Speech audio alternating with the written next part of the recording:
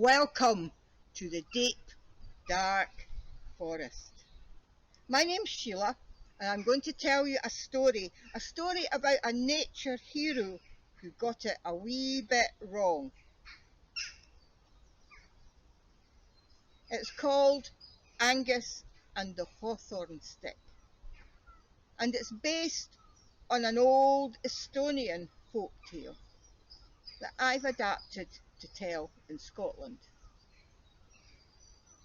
Once upon a time, not in my time or your time or even my great-great-granny's time, most of Scotland was covered in trees.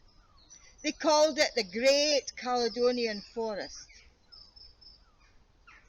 And in a clearing amongst these trees lived a laddie called Angus. He stayed in a wee stone bothy,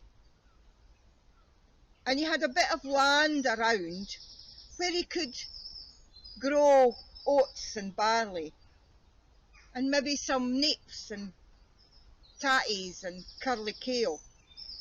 And there was a burn nearby where he could get fresh water.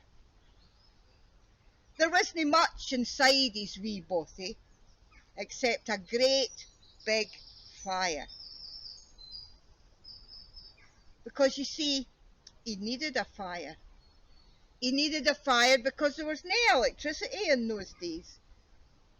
And he needed the fire to keep himself warm and to do his cooking. He had a big iron pot that he put on the fire to cook his porridge or to cook his soup. And he had a kettle that he hung over the fire to heat his water. And there was a wee oven to the side where he could bake his bread. Now, Angus needed a lot of wood to keep that fire burning. And well, he did live in the middle of a forest, didn't he? So every day, sometimes more than once, he would go out into the forest to collect wood to keep the fire burning. But as time went on, he found he was having to walk further and further into the forest to get enough. And so one autumn, just as the leaves were beginning to change colour, and there was a wee nip in the air that heralded winter, he thought to himself, I've got to do something different. I can't keep going out into the forest as often as I do. I need to think of something. And so he did.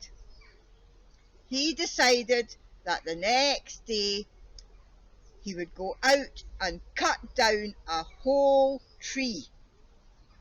And then he would be able to chop it up, and he would have a wood pile at the side of the bothy that would keep him going all winter.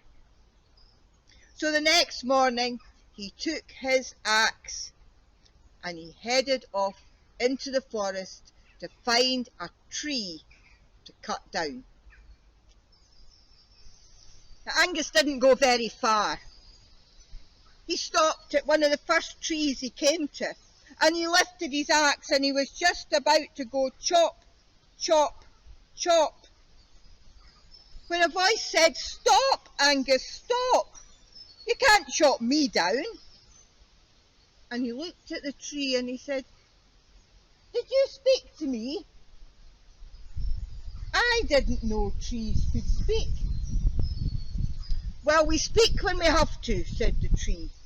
"And I'm telling you, you can't chop me down." "Why not?" asked Angus.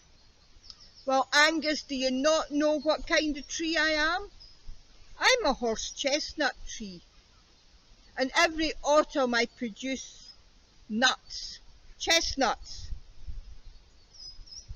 And all the squirrels and the mice and the creatures in the forest, they feed on me.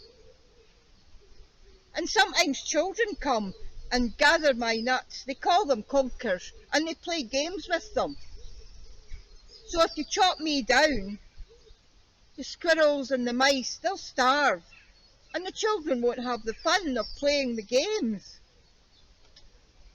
"Oh," said Angus, "you're right. You're useful. I can't chop you down." And as Angus turned away to find himself another tree, he heard the tree whispering, "You care for us and we'll care for you. You care for us and we'll care for you."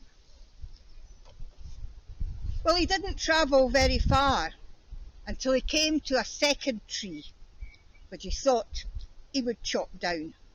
So he lifted his axe and he was just about to go chop, chop, chop, when once again a voice said, "Stop, Angus, stop." And he looked at the tree and says, "You can talk too." "Yes, when I need to. But you can't chop me down, Angus." And Angus says, "Why not?" And the tree said, "Angus, do you not know what kind of tree I am? I'm a rowan tree. And every autumn my branches get covered in ripe red berries. And the birds come and eat them. And if I'm not here, the berries won't be here, and so the birds will starve. So you can't chop me down, Angus." And Angus says, "You're right enough. I can't chop you down. I'll just have to find another tree." And the rowan tree said, "Thank you." And as Angus turned to set off further into the forest, he could hear the trees whispering, "You look after us and we'll look after you. You look after us and we'll look after you." And so Angus carried on into the forest until he found another tree, and he was just about to go chop, chop, chop, when again the tree shouted, "Stop, stop, Angus, you can't chop me down." And Angus said, "Well, why can I not chop you down?" "Do you not know what kind of tree I am, Angus? I'm the great pine tree. And every autumn the creatures of the forest eat the seeds that are inside my cones. If you chop me down, these creatures will starve." "You're right," said Angus. "I can't chop you down. You're too useful." And as Angus headed off into the forest to find another tree, he could hear the tree whispering, "You care for us and we'll care for you. You care for us and we'll care for you." And so all day Angus walked through the forest, but every single tree he stopped beside had a really good reason for not being chopped down. The oak and the beech gave shelter to the birds and the creatures of the forest, and they gave them food too, in their nuts and acorns. And some trees gave food to people, like the apple and the cherry. "No," thought Angus, "all these trees are useful. I can't chop any of them down. I'll just have to go back to gathering bits of stick from the forest floor." And as he said that, up popped a wee man. And that's when Angus realised that he was standing beside the hawthorn tree. Now you might not know this, but the hawthorn tree is a fairy tree. It's where the wee folk stay. And this wee man was a wee fairy man. And he said, "Angus, thank you for caring for the trees. Thank you for not chopping any down. And because you've been so kind, I want to give you a gift. Take this stick. It's a hawthorn stick." and it's magic. If you need any help from the creatures of the forest or the birds of the air, just show them the stick and ask, and they'll help you.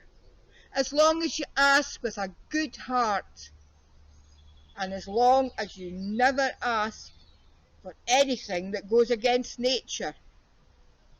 Will you remember that, Angus? And Angus said, well, thank you very much, and yes, I'll remember that.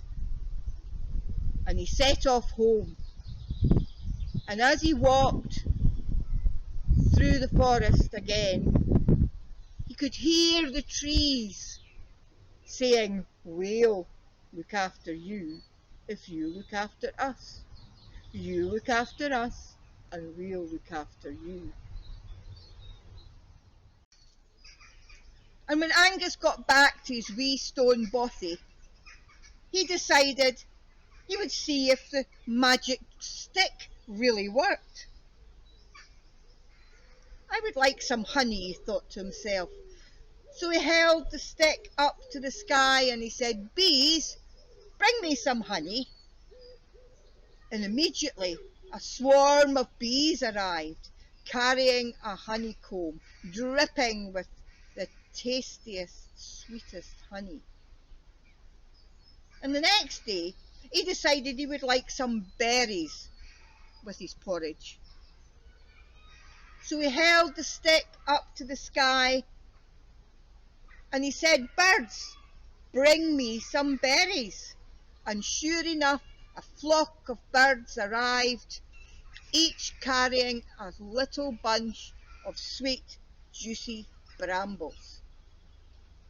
And that's how things went on for Angus. Anything he wanted done, the creatures of the forest would do it for him. The moles came and dug up his garden. The ants came and planted his seeds. And eventually, Angus had nothing to do for himself. And because the creatures were doing everything for him, he became really lazy and really greedy. He asked for more and more and more as time went on. Then one winter's day, he went out into the forest and realised it was really, really, really cold. And he thought to himself, I don't like being cold. I want to be warm. In fact, I want to be hot. And then he did something that he probably shouldn't have done. He held up the stick and he said, sun, I want you to part those clouds and shine down on me and make me hot, really hot. Well, you shouldn't really be really hot in winter, should you? But the sun did. The sun parted the clouds and shone right down on Angus. It shone and it shone and it shone, and Angus got hotter and hotter and hotter until he was fried to a crisp. And Angus and the magic stick disappeared in a puff of smoke. And from that day on, trees have never spoken to people again. But if you are out in the forest and you sit down and listen quietly, you might just hear the birds singing, and you might hear the leaves whispering. Whispering, you take care of us and we'll take care of you. You take care of us and we'll take care of you. And that's the story of Angus and the Hawthorn Stick. I hope you enjoyed it.